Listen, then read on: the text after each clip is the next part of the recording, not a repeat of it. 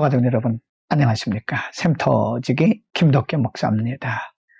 오늘은 시편 24편 1절부터 10절까지인데요. 다윗의 신앙 고백이기도 합니다.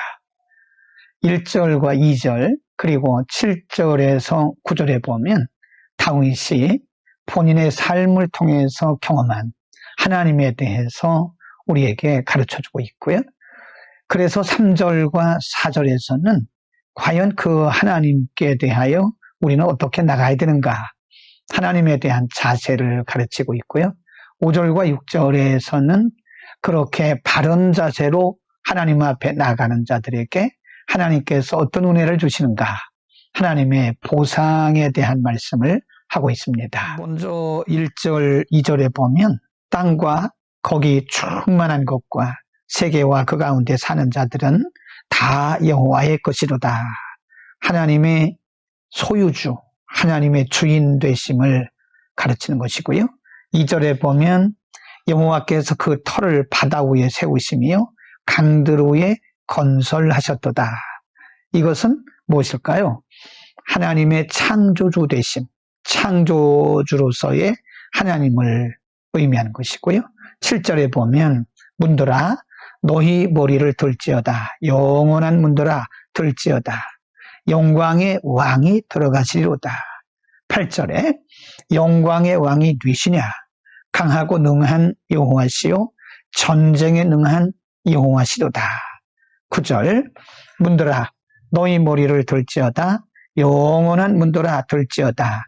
영광의 왕이 들어가시리로다 라고 말하면서 7절, 8절에서 다윗은 하나님의 왕 되심, 1절에서는 하나님의 주인 되심, 2절에서는 하나님의 창조주 되심, 그리고 7절, 8절, 9절에서는 그 영광의 왕이시다.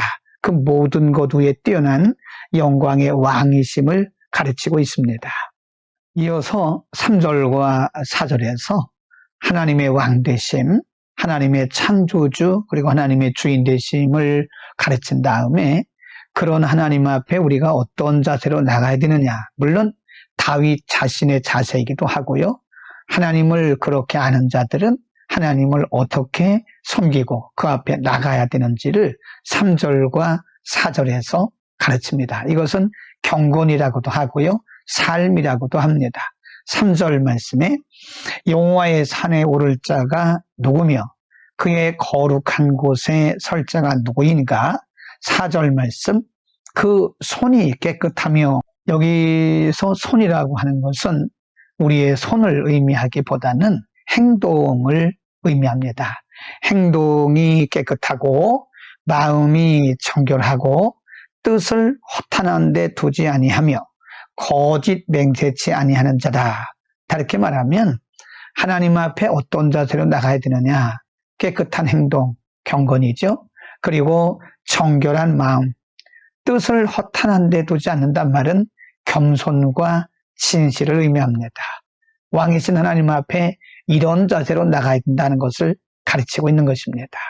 다음으로 다윗은 5절과 6절에서 과연 그렇게 하나님 앞에 나가는 자들에 대해서 하나님께서 어떻게 대우하시고 어떻게 복 주시는가를 가르치고 있습니다.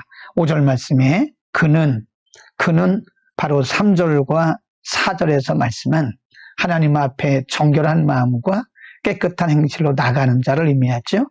그는 여호와께 복을 받고 구원의 하나님께 의를 얻으리니 이는 여호와를 찾는 족속이요 야곱의 하나님의 얼굴을 구하는 자로다 라고 말씀하고 있습니다.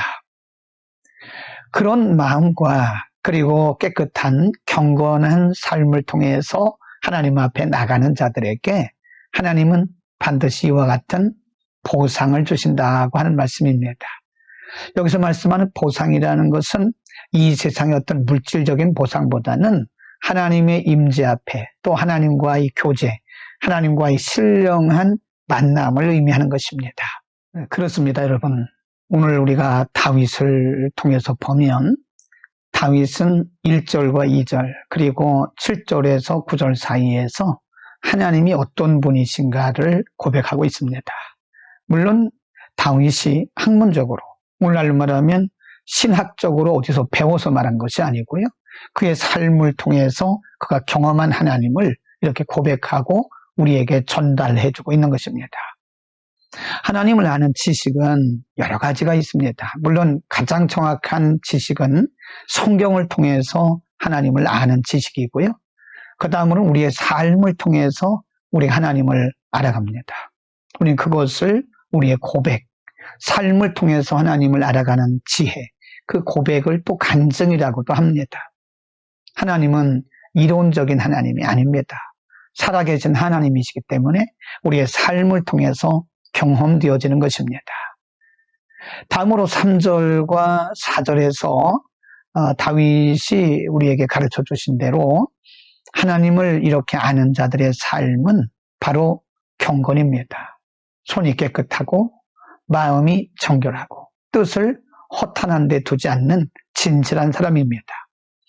우리는 이것을 다시 정리하면 경건 또는 구별된 삶이라고 말합니다.